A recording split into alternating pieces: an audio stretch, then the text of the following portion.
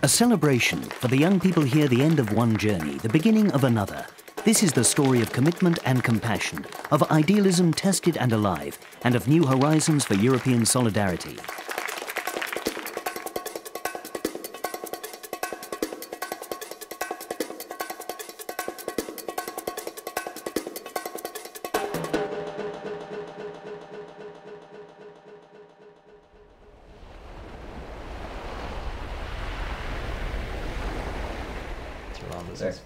So they would have had a lot of refugees over here after 1994.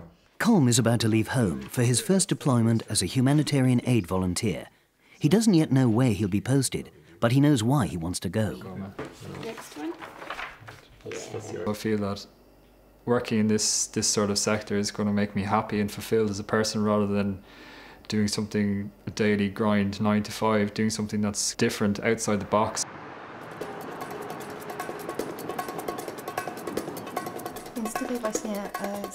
On the other side of Europe, Anna has volunteered also unsure where she'll be going, but sure of her commitment, ready for the challenge. They actually asked us to take quite a lot of special things, I think.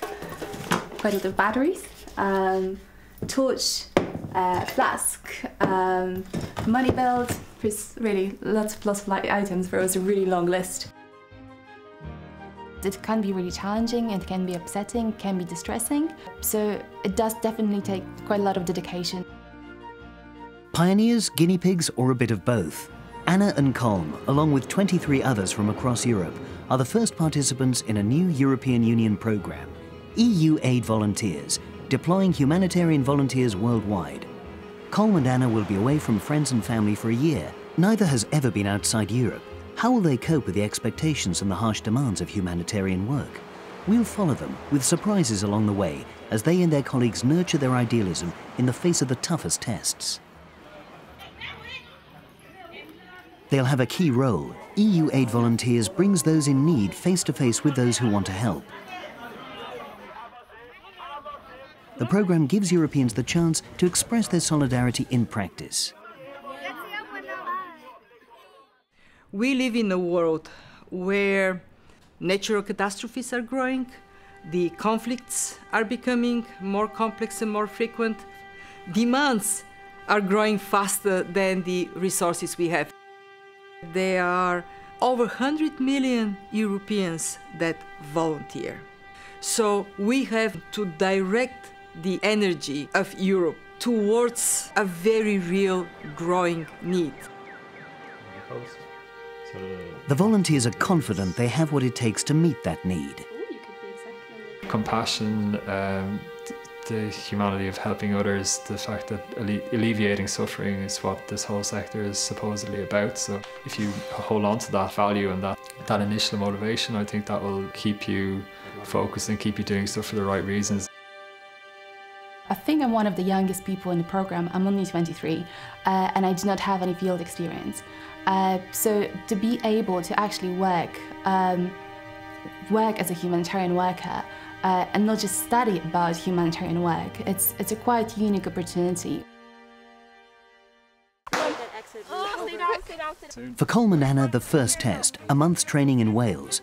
They've got places on the first of 7 pilot projects funded by the European Union to see how EU aid volunteers might work best. The aim, to get aid organisations on board, training volunteers to work with their experienced professionals. This pilot, run by Save the Children UK in partnership with Bioforce, a humanitarian training institute, and NOAA, a humanitarian master's programme. We are testing them and challenging them, particularly in the scenario-based exercises, to look at how do they work under pressure. So we can be confident if we're putting them in a challenging situation, we should have a good idea of how they're going to be able to respond. What is it like if you're in an ambush? What is it like where someone's trying to shoot you? And what is it like if they kidnap aid workers? Which was actually seeing that it actually can be dangerous and how that looks in practice. It's like your mind knows what's going on, but your body is kind of, your adrenaline's flowing, you're pumping up, so it's certainly got the emotions flowing and gave us a snapshot of what the reality would be like. They were still communicating. Learning from the exercises, preparing volunteers for the challenges ahead, a key part of the programme. Okay, I thought you could have used the hill more. Learning to tackle tasks as part of a team. and to take decisions as part of a team. By consensus rather than having a clear leader. Learning not just the theory, but also how to apply it. That's true, yeah, I agree with that. Learning practical skills like first aid and how to stay calm when calm help is needed.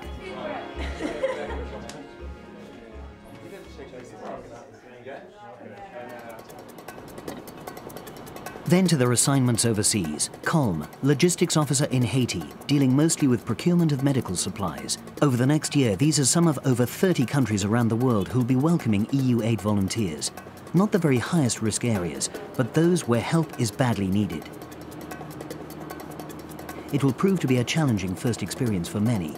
We caught up with Colm after 4 months in Port-au-Prince. Our security team prefer that we travel in cars with the Haitian driver. So you find yourself moving from house to the office, office to the house. You're always in a car, so it's difficult to get out and about and live what I would consider a normal kind of life. So initially I was a bit put out about it, I suppose, but I've adjusted to it now, and I suppose that I'm used to it now. For volunteers like Colm, the need is for flexibility, adjusting ideals to the realities on the ground. I've experienced a lot more frustration than I expected to experience. I suppose I had high expectations coming in about how things would be organised, and I don't think I was flexible enough when I came in. I think I was just a bit naive. It took me a while to adapt, but I think I am coping now. It's really, really important for me to meet the beneficiaries, because it's very easy to get frustrated when you're sitting in an office all day, because there's days when you're like, why have I left everything behind, or why am I here? Meeting people, the beneficiaries, just helps you keep the motivation and keep the idealism. That motivation is key for aid organisations, benefiting from the contribution of EU aid volunteers, assessing how best to work with them. I place a real high value on volunteers. I think the value of someone like Colm is that he can do something that we may not have the resources for someone else to do. Having a person like Colm who's dedicated and committed does help us make a difference. Whether we make enough of a difference to, fulfill all of his expectations, probably not. When I was his age, I wanted the world to change in a couple of months. But I think what these type of experiences offer to individuals like Colm, and we have 2 other volunteers as well, is a chance to really experience what it's like to work in a developing country, make a contribution. So it's what he's going to take away from this. God, I've got lots of good memories from here. No, it's been a challenging but good first experience, and I think it has taken away some of my bright-eyed, bushy-tailed innocence that I had 6 months ago, but that's no bad thing. I'm harder now. I think I'll be better at this job because of my experience here. Across the world, a different experience. Anna, project officer in Zanzibar. After her 4 months, a different kind of challenge. Dealing with child protection issues. Part of her job, designing new projects and getting feedback on existing ones, including from children themselves.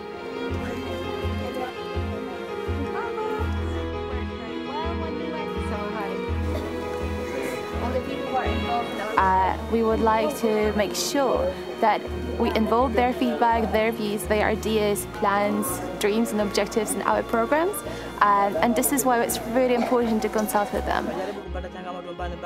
I found that with enough tolerance and maybe a bit of effort of actually getting to know how the things work in a different country, and getting to actually know this country as well, it completely changes the experience. I've been quite unexperienced when I came to this country program. So if I look at the things that I've learned, the skills that I've gained in Zanzibar, I think that they have definitely prepared me for a different type of emergency as well. As with all volunteers on the project, Anna is assigned a mentor to guide and advise. Anna, since she joined, she really added to our capacity significantly. She managed also to put new proposals. We are now seeking $2 million from EU and UN, and that was purely Anna did, and she managed to get the fundraising from zero until the submission, putting a lot of documents together. So without that help, we might not be able to keep the program going further. Where we collected our second So even in just a few months, EU aid volunteers like Anna can contribute to long-term goals. Just a small one. When we were followed by... I have not been deployed to a developing country before, so it's definitely a great start for me. Both volunteers will move on to other tough deployments before the close of the year-long programme. Colm will go to the Democratic Republic of Congo. Anna will be posted to Tajikistan. More tests for their idealism. But only at the end of their mission could they assess the whole experience. That's when we caught up with them next.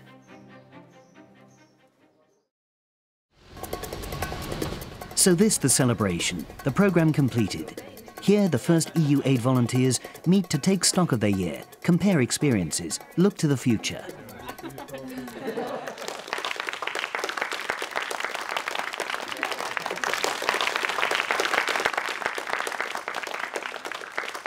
I've definitely had an opportunity basically to work all over the world and interact with all kinds of people, learn about different cultures and working styles, see so many different projects. Personally, I think I've become much more confident in what I do and more confident in what I want to do.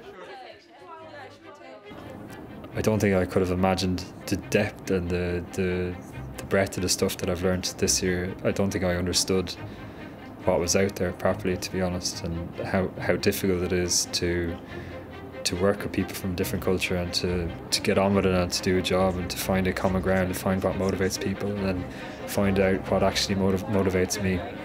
I don't think I appreciated the insights and what I've learned about myself. And I also learned a lot about my own resilience and what my body could take and what my mind could take and how far I could go. For the European Union, it's that kind of experience that makes EU aid volunteers so important. There you can really see a difference the European Commission can make with the money that we provide and the program we can provide. And I think it's a very, let's say, concrete way of seeing what difference citizens can make. And if we provide them the opportunities to show solidarity, not only by paying money or give donations, but really going out there, making a difference, I think it's really a great opportunity. Today, new pilot projects are already underway. Over 200 volunteers have been trained and deployed in over 30 countries around the world. By 2014, 1,000 EU aid volunteers will be trained and deployed each year. This is Europe meeting the need for humanitarian volunteers worldwide. EU aid volunteers. It's up and running. It's growing, now and into the future.